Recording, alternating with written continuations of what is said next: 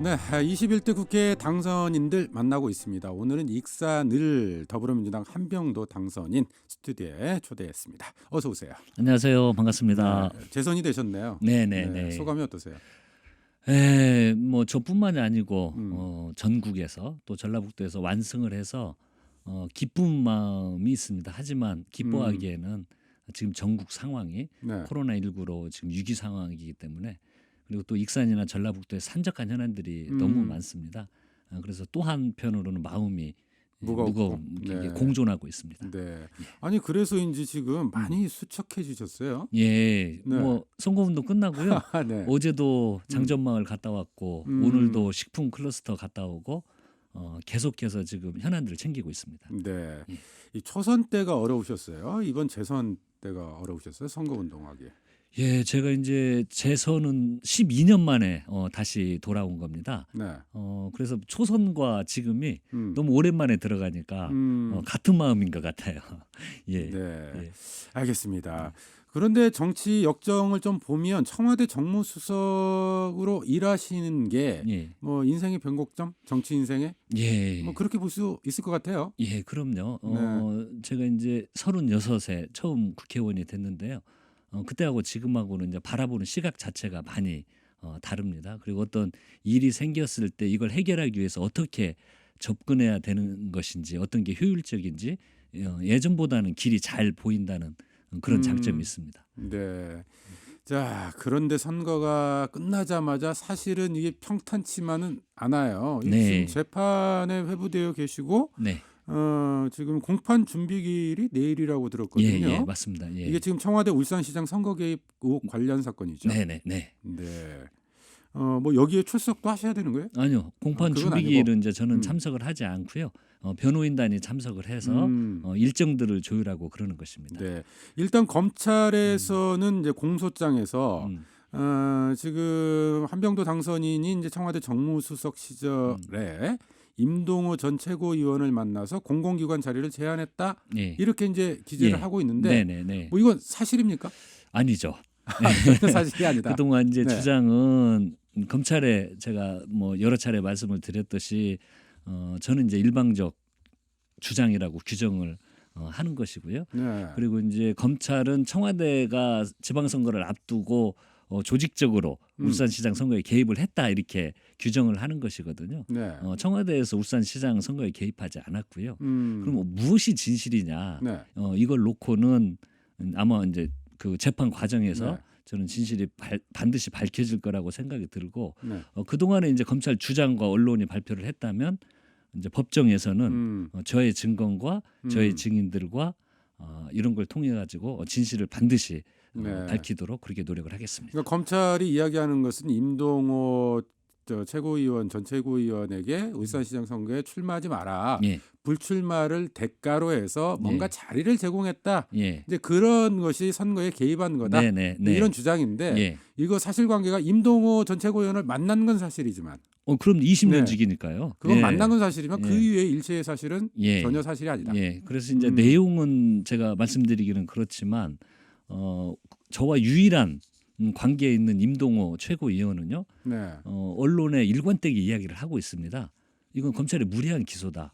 기소 자체가 논리적으로 성립이 되지 않는다. 네. 그 당사자가 그렇게 이야기를 하고 있는 거기 때문에 법정에서 아마 누가 말이 진실인지는 반드시 밝혀질 거라고 저는 믿고 있습니다. 알겠습니다. 네. 그럼 저는 이제 재판 과정을 지켜봐야 될 것 네. 같고요. 그나저나 뭐 국회 내에서도 검찰 개혁에 대한 목소리들도 좀 함께 나오거든요. 네네. 특히 이제 열린민주당 네. 그래서 강하게 검찰 개혁에 예. 대한 이야기들을 예. 하고 있고 예.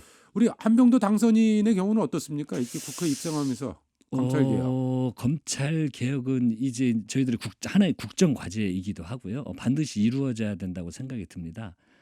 하지만 이 검찰 개혁이라는 것은 절차와 내용들, 예를 들어서 경찰도 검경 수사권 조정이 되면은 수사력을 보강을 해야 되고 이런 다양한 측면이 있는 겁니다. 네. 그래서 저는 이런 게 지금 서둘러서 정치적 이슈보다는 저도 검찰에 의해서 기소된 사람이기 때문에 마음은 빨리 개혁하고 싶은 마음이 있지만 정말 더 중요한 것은 지금은 국가 위기적 상황입니다. 검찰 개혁의 이슈보다도 지금 네. 모든 국민들이 어려움에 처해 있기 때문에 이 국난 극복 그리고 아마 경제적으로 일자리 엄청난 파도가 지금 몰려오고 있습니다. 모든 정치권은 비상 체계에 돌입해 가지고요. 네. 이 문제 해결을 위한 이게 무엇보다도 최우선시 돼야 되고 이후에 검찰 개혁 과제도 그 절차에 따라서 네. 진행이 돼야 된다고 생각을 하고 있습니다. 그러니까 뭐 지금 당장 뭐 이 국회 개원이 되자마자 검찰 개혁을 추진하고 논의하기보다는 예, 지금 당면한 예. 경제 문제, 예, 민생 문제 해결 예. 이런 것에 집중해야 될 때다. 네, 아니 검찰 개혁도 하는데요. 음, 그건 이미 이제 그 프로세스대로 뭐, 진행되고 있으니까. 공수처도 네. 이미 합의가 됐고 음. 이미 준비를 하고 있고요. 공수처를 검경 수사권 조정에 대한 앞으로 그 경찰에 어떻게 개혁을 할 것인지 이런 것도 논의가 되고 있기 때문에 네. 그건 절차대로 진행이 될 것입니다. 근데 알겠습니다. 우리의 관심은 오직 음. 국난 극복에 모여졌으면 하는 바람입니다. 네. 그래도 사실은 이제 21대 국회가 개원이 되면서 그 개헌에 대한 요구 예. 이런 것들도 좀 다시 그 살아나는 모양새거든요. 예. 권력구조 개편이라고 하는 큰 틀의 개헌 논의 필요하다고 보시는 거죠. 그럼요. 네. 이게 그 제가 정무수석으로 있으면서 대통령께 저희 개헌안을 준비를 하는데 참여를 했습니다. 그 내용이 이제 국회로 넘어갔는데 전혀 논의가 진행이 안 돼 있죠. 예를 들어서 국민적 관심사도 예를 들어 대통령제에 대해서 5년 단임보다는 네. 4년 중임에 대한 의견이 국민적 의견도 굉장히 높습니다. 그러면 정치적 쟁점이 되는 좀 부분보다도 그런 국민적 요구와 관심이 많은 부분들은 네. 이제는 좀 더 실효성 있게 논의를 해야 된다고 생각이 듭니다. 보수야당 쪽에서도 그 부분에 대해서는 동의를 하잖아요. 예, 근데 네. 이 개헌안 자체에 대해서 너무 정치적으로 바라보는 거죠. 네. 그래서 저희 청와대에서 준비한 대통령의 개헌안 자체가 논의 자체가 안 됐으니까요. 이제 어떤 정치적 대상으로 보는 게 아니고 우리 시대 상황에 맞게 어떻게 개헌을 할 것인지를 이제는 여야가 머리를 맞대야 된다고 생각을 합니다. 네. 저희가 당선인들 모시고 똑같이 드리는 질문이에요. 혹시 네. 원하시는 상임위 예. 어디신가요? 저는 이제 그래도 좋은 경험을 한 게 국정에 참여한 정무수석으로서 국정 참여 경험이 있기 때문에 정말 우리 지역을 위해서 상임위와 관련 없이 그 전방위로 뛰어야 된다는 책임감을 먼저 느끼고요. 아무래도 이제 좀 네. 좋은 데는 예산을 다루는 기획재정위원회나 또 이제 익산 같은 경우에는 철도 문제가 앞으로 또 있습니다. 네. 좀 이런 문제를 위해서 국토건설교통위원회나 아니면 또 현안이 지금 농업 문제 관련된 현안들이 많이 네. 있기 때문에 그런 상임위들을 지금 고민을 하고 있습니다. 알겠습니다. 자, 지금 지역 관련한 현안들 그리고 선거 당시에 제시하셨던 정치 공약들 몇 가지 좀 여쭤봐야 될 것 같은데 네. 이 전국 장애인 부모연대가 선거운동 기간 중에 지지 선언을 했더라고요. 예. 네. 그리고 평소에도 장애아동 관련 정책에 관심이 예, 좀 많으신 예, 것 같고 예. 이번에도 어린이 공약 발표하셨던데요. 네. 네. 그 저의 그 둘째 아이가 장애가 있습니다. 음. 발달 장애가 있기 때문에 제 생활 속에서 정말 어려움을 많이 느끼고 그 부모님들의 고통에 공감을 하고 있습니다. 모든 우리 그 장애인들이 사회적 약자로서 좀 어려움을 많이 겪고 있는 걸 제가 현실에서 느끼는데요. 또 생활 속에서 발달 장애인들은 아주 또 특수한 경우입니다. 이렇게 자해를 한다든지 네. 타해를 한다든지 그리고 사람과 커뮤니케이션이 안 되기 때문에 음. 이 성인이 되면 갈 곳도 없습니다. 그러면 그걸 모든 걸 부모님들이 떠안아야 되거든요. 그렇죠. 예, 그래서 대통령께서도 사실은 이 문제에 대해서 관심을 많이 가지시고 제가 있을 때 청와대로 이분들을 초청을 해서 함께 고통을 나누고도 했는데 좀 이렇게 세밀한 부분에 좀 관심을 가져야 된다 네. 생각을 해서 관심을 갖게 됐습니다. 그렇군요. 예. 자, 그런가 하면 익산 지역 현안 관련해서 공공기관 유치를 공약으로 내거셨어요. 네. 혹시 염두에 두고 계시는 공공기관이 있습니까? 요게 이제 다행스러운 것은 저는 그 국가 균형 발전 차원에서 2단계 공공기관은 반드시 다시 시즌 2를 시작을 해야 된다. 이전을 해야 된다는 그런 확고한 생각을 가지고 있었습니다. 근데 이제 민주당 당 대표께서도 총선 이후에 이걸 공론화하겠다고 하셨기 때문에 저는 진행이 될 거라고 생각이 네. 들거든요.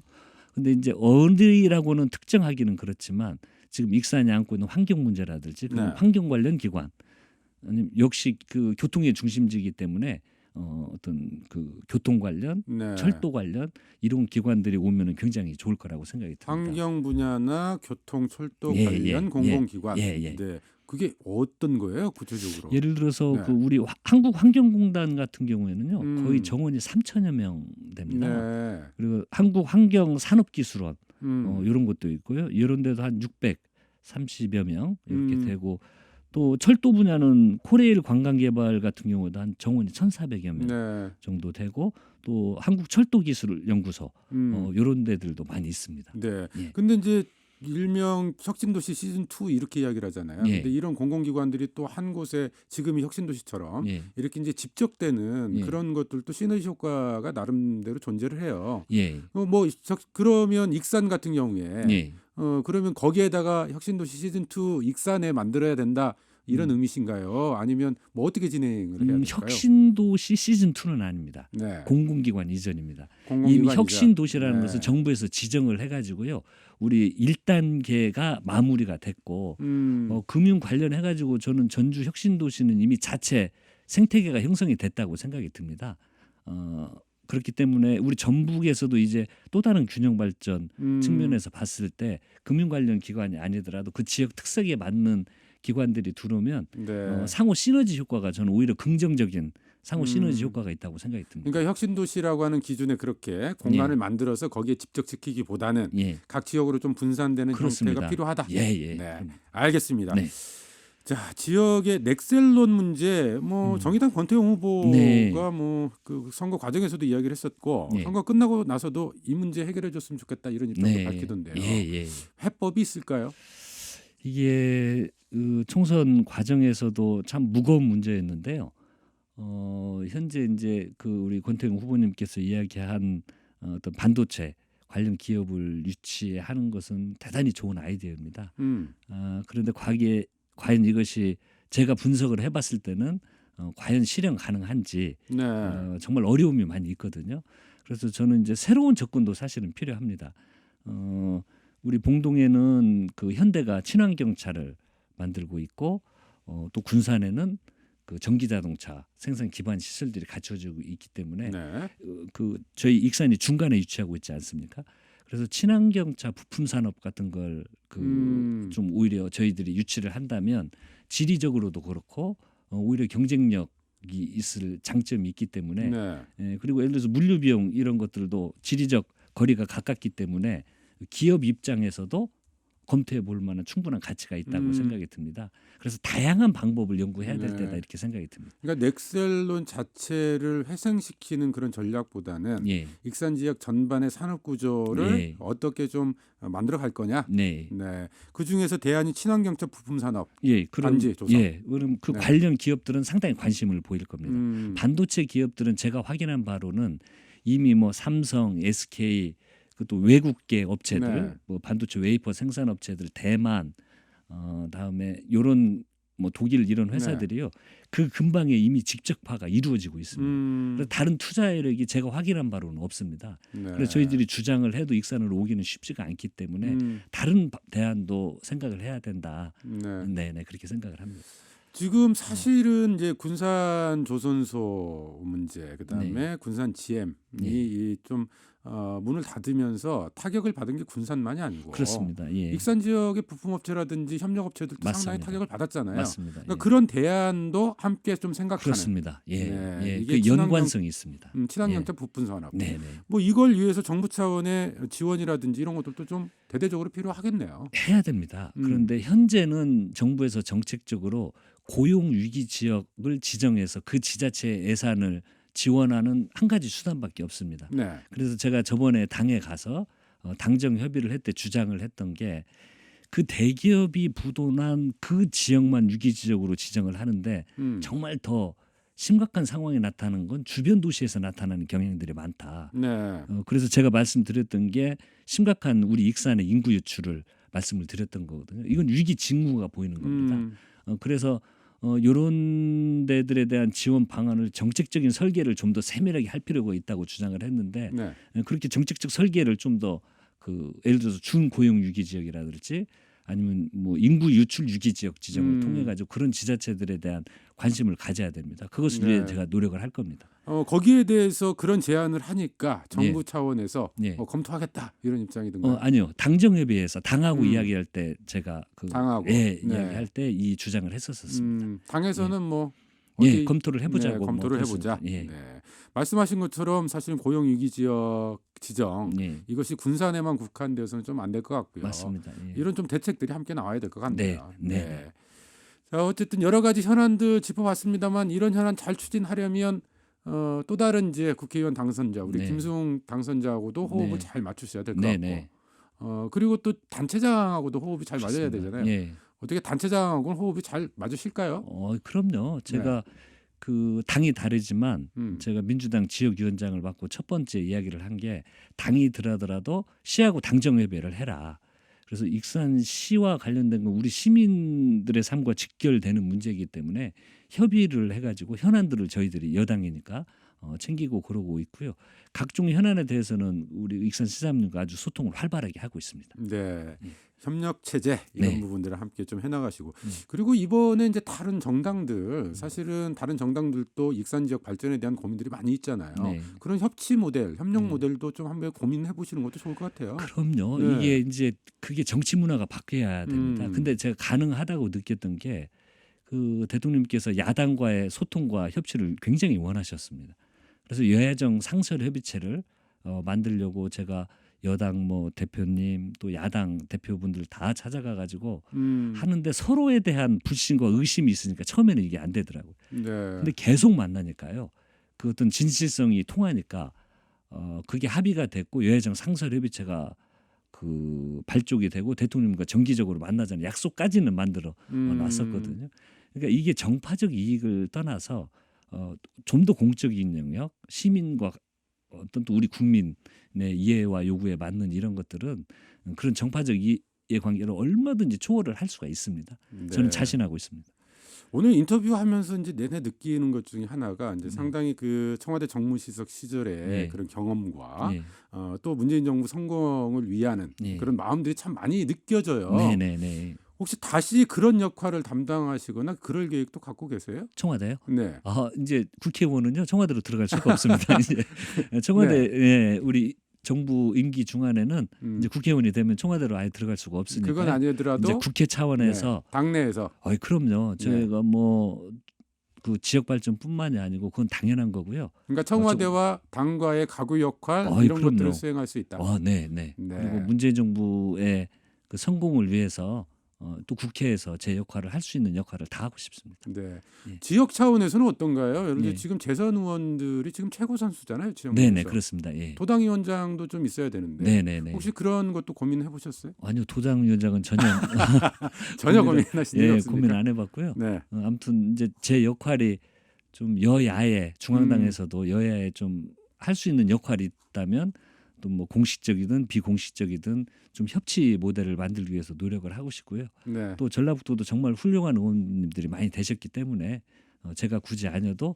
또 다른 역량 있는 분들이 많이 계십니다. 그래서 네. 함께 논의해서 그렇게 하겠습니다. 네. 예. 김성주 당선인은 그 마다하지는 않으시더라고요. 그래요? 도전에 예. 대해서. 네, 뭐 적절한 인사라고 보세요. 글쎄요. 네. 아직 알겠습니다. 조금 너무 성급했네요. 네네네. 자, 마무리해야 될 것 같은데요. 네. 끝으로 최후의 발언 자신에게 보내는 다짐 한마디로 좀 예. 끝을 맺었으면 좋겠습니다. 예.